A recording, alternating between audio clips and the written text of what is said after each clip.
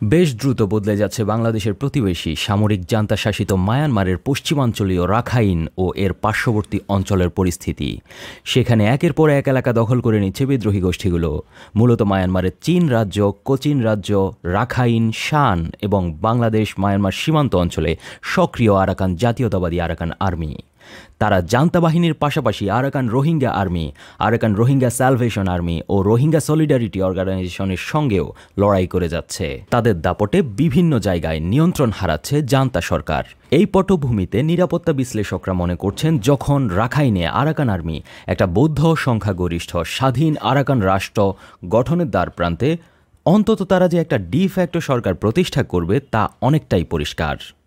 Arakan আর্মির এই শক্ত অবস্থান বাংলাদেশের জন্য একটা গভীর জাতীয় নিরাপত্তা সংকট এবং আঞ্চলিক সংকট সৃষ্টি করতে যাচ্ছে বলে মনে করছেন আন্তর্জাতিক সম্পর্ক বিশ্লেষকরা। এই পরিস্থিতিতে বাংলাদেশের জন্য একাধিক মাত্রায় হুমকি দেখা দিয়েছে।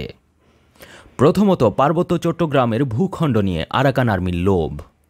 তারা যদি আরাকান রাজ্য নিয়ে স্বাধীন রাষ্ট্র প্রতিষ্ঠা করতে চায়, তবে পার্বত্য চট্টগ্রাম আরও অস্থিতিশীল হয়ে উঠবে। পার্বত্য চট্টগ্রামের সন্ত্রাসী গোষ্ঠী কুকি চিন ন্যাশনাল আর্মির সাথে আরাকান আর্মির যোগসাজশের কথা উঠে এসেছে। তারা আরাকান আর্মির সাথে আঁতাত করে পার্বত্য চট্টগ্রামের ভূখণ্ডে থাবা বসাতে আরও এগিয়ে আসতে পারে।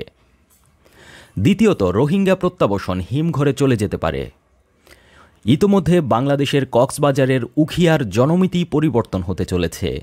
একই সাথে রোহিঙ্গাদের বোঝা বহন করতে গিয়ে আমাদের অর্থনীতি চাপে পড়েছে। পর্যটন অর্থনীতি হোঁচট খাচ্ছে। রোহিঙ্গাদের দ্বারা মাদক চোরাচালান সহ নানা সন্ত্রাসী কর্মকাণ্ড হওয়ার ফলে আইনশৃঙ্খলা অবনতি হচ্ছে এবং অভ্যন্তরীণ সার্বভৌমত্ব লঙ্ঘিত হচ্ছে। বর্তমানে রাখাইন রাজ্যের বেশিরভাগ এলাকা আরাকান আর্মির নিয়ন্ত্রণে চলে গিয়েছে। বাংলাদেশের 270 কিলোমিটারের সীমান্তের পুরোটাই আরাকান আর্মির দখলে চলে গিয়েছে। এতে বাংলাদেশের সাথে বিদ্যমান মায়ানমার সার্বভৌম রাষ্ট্রের কোনো কার্যকর সীমান্ত রইল না। এখানেই বাংলাদেশের ভূখণ্ডগত অখণ্ডতা হুমকির মুখে পড়েছে। ইতিমধ্যে বাংলাদেশের ভূখণ্ডের অভ্যন্তরে স্পর্শকাতর হটস্পট কক্সবাজার ও বান্দরবানে মায়ানমার লাগোয়া অঞ্চলে 12 লাখের বেশি মায়ানমারের রোহিঙ্গা শরণার্থী জেঁকে বসে আছে। নিকট অতীতে রোহিঙ্গা প্রত্যাবাসনে সব ধরনের দেশীয় ও আন্তর্জাতিক প্রচেষ্টা চরমভাবে ব্যর্থ হয়েছে। রোহিঙ্গা পরিস্থিতি নিয়ে যখন বর্তমান সরকার গুরুত্ব দিয়ে জান্তা সরকারের সাথে কাজ করতে যাচ্ছে, তখনই আরাকান আর্মির নিয়ন্ত্রণে চলে গেল প্রায় পুরো আরাকান অঞ্চল। গতকাল থাইল্যান্ডে মায়ানমারের সঙ্গে অনুষ্ঠেয় বৈঠকে এই দুই পক্ষ ইতোপূর্বে সম্মত হওয়া বিষয়গুলোর আলোকে রোহিঙ্গা সংকট সমাধানে একসঙ্গে কাজ চালিয়ে যেতে সম্মত হয়েছে। বিশ্লেষকরা মনে করছেন, রোহিঙ্গা সমস্যার সমাধানে চীন বা ভারতের সুদৃষ্টি বাংলাদেশ পাবে না। পর্যবেক্ষণে জানা যাচ্ছে যে রাখাইনে ভারত ও চীনের ভূ রাজনৈতিক ও অর্থনৈতিক স্বার্থ পরস্পর বিপরীতমুখী।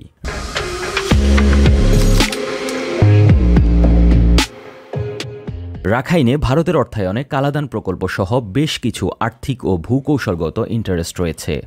বাংলাদেশকে বাইপাস করে কলকাতা থেকে সিতোয়ে বন্দর হয়ে ভারতের মিজোরামকে যুক্ত করেছে এই কালাদান প্রকল্প। অন্যদিকে মায়ানমারকে ঘিরে চীনের অর্থনৈতিক ও কৌশলগত স্বার্থ এবং বিনিয়োগ সবচেয়ে বেশি। রাখাইনে গ্যাস, বিদ্যুৎ ও বন্দরের বড় প্রকল্প গড়ে তুলেছে চীন। মধ্যপ্রাচ্য থেকে চীন যে জ্বালানি আমদানি করে সেটা কুনমিং পর্যন্ত নিয়ে যায় আরাকান হয়ে। এদিকে নিরাপত্তা বিশ্লেষকরা ধারণা করছেন, রাখাইনে আরাকান আর্মির দখলের কারণে রোহিঙ্গা প্রত্যাবাসন আরও জটিল হবে।